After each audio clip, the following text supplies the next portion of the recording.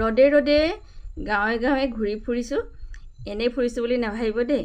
উদ্দেশ্য কিছুমান লৈ ফুৰিছোঁ উদ্দেশ্য মোৰ নিজৰ নহয় মানৱ সেৱাৰ বাবেহে ডিউটিটো হয়েই এনে ডিউটি কিন্তু পাল মাৰিব পাৰোঁ কিন্তু মনে নকয় দেই আজি ওলালোঁ এটি কম ওজনৰ শিশুৰ আৰু মাতৃগৰাকীৰ খবৰ ল'বলৈ লগত সেই গাঁৱৰ আশা বাইদেউগৰাকী দুৰ্বল শিশু এটি কিমান বিপদাপন্ন ভাবিলে বুকু কঁপি যায় তাতে যদি মাতৃগৰাকী প্ৰথম মাতৃ আৰু কম বয়সৰ আৰু যদি দুখীয়া হয় তেতিয়া বেছি মানে চিন্তা লাগি থাকে এতেকে আশা বাইদেউক ল'লোঁ আৰু সেই কম ওজনৰ শিশুটি খবৰ ল'বলৈ বুলি গ'লোঁ নাভিটোৰ অৱস্থা কেনেকুৱা গাত গুটি উঠিছে নেকি ছাল হালধীয়া হৈছে নেকি চকুত ফেচ কুৰিছে নেকি ওজন বাঢ়িছেনে নাই মাকে গাখীৰ খুৱাব জানিছেনে নাই শিশুটি নিমনিয়াৰ লক্ষণ কিবা আছে নেকি ইত্যাদি ইত্যাদি ইত্যাদি এইবিলাক আমি লক্ষণবিলাক চকুত ৰাখিব লাগে আৰু চাব লাগে এতেকে আশা বাইদেউ ওজন কৰিলে শিশুটি মানে সঠিকমতে ওজন কৰি হৈছেনে নাই ইয়াৰ উপৰিও কি জানেনে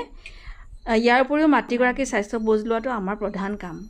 সাধাৰণতে শিশু এটি প্ৰসৱ কৰাৰ পাছতে এগৰাকী মাতৃও বহুত বিপদৰ সন্মুখীন হ'ব পাৰে এতেকে শিশুটিৰ লগতে মাতৃগৰাকীৰো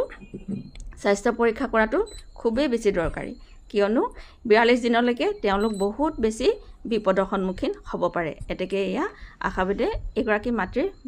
ব্লাড প্ৰেছাৰটো জুখিছে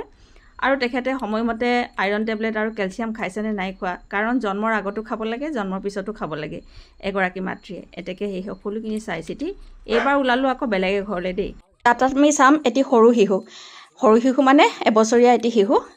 এবছৰীয়া শিশুটি আকৌ কি চোৱাৰ প্ৰয়োজন আছে বুলি আপোনালোকে ভাবিব কিন্তু ইয়াত প্ৰয়োজন আছে জানেনে বহুত মাতৃয়ে কি কৰে ছমাহলৈকে গাখীৰ নোখোৱায় আৰু ছমাহৰ পিছতে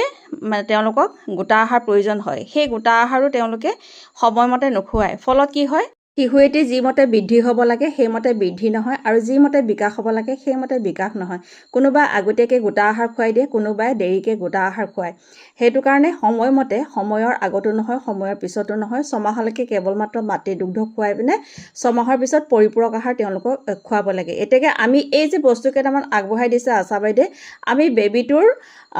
বিকাশৰ মাইলৰ খুঁটিবিলাক চাইছোঁ মানে প্ৰতিটো সময়তে বাচ্চাবিলাকৰ কিছুমান মানে বিকাশৰ মাইলৰ খুঁটি আছে যিবিলাক দেখিলে আমি গম পাওঁ যে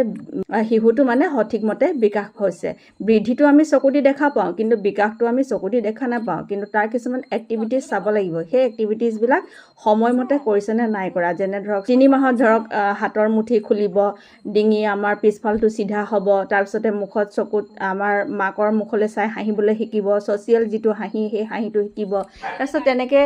6 মাহৰ পৰা 9 মাহৰ ভিতৰত শিশু এটিয়ে দুফালে লুটি খাবলৈ ধৰিব বা বহিবলৈ শিকিব